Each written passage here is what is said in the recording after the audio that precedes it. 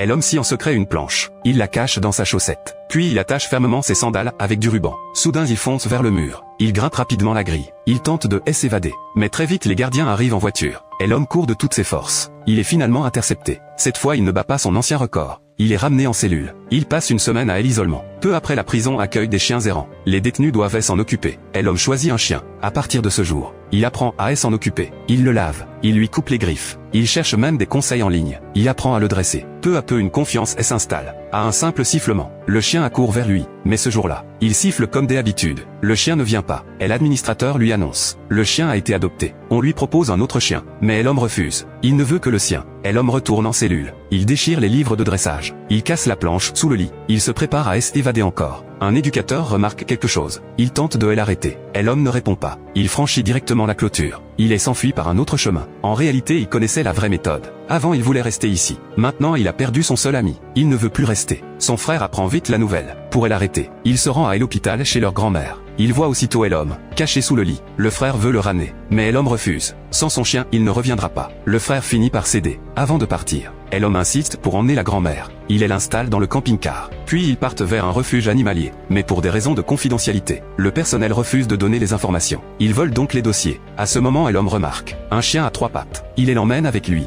Il dit à son frère. Il va l'échanger contre son chien. Selon les dossiers, il trouve le premier adoptant. Elhomme siffle. Aucune réponse. Ils vont au second endroit. Le chien n'est toujours pas là. Mais de retour au camping-car, la grand-mère fait une rechute. Après des soins, elle est hors de danger. Pour éviter tout risque, Elhomme accepte de la ramener chez elle. En route, il demande de s'arrêter. Il avoue enfin, dès la première maison, il avait vu son chien. Mais le chien était heureux. Il jouait avec des autres chiens. À cet instant, il comprend. Son chien a une nouvelle vie. Il renonce à le reprendre. Il choisit de garder le secret. Pour rester plus longtemps en famille. Le frère ne le blâme pas. Ils vont à la mer. Ils jouent comme quand ils étaient enfants. Avant de partir, Elhomme laisse le chien à 3 pattes. À la grand-mère, le frère le ramène en prison. Cette fois, il ne s'évade pas. À la fin, le frère promet. Il l'attendra juste à sa sortie. À cet instant, Elhomme comprend. Même sans leurs parents, il n'est pas seul. Car son frère ne l'abandonnera jamais.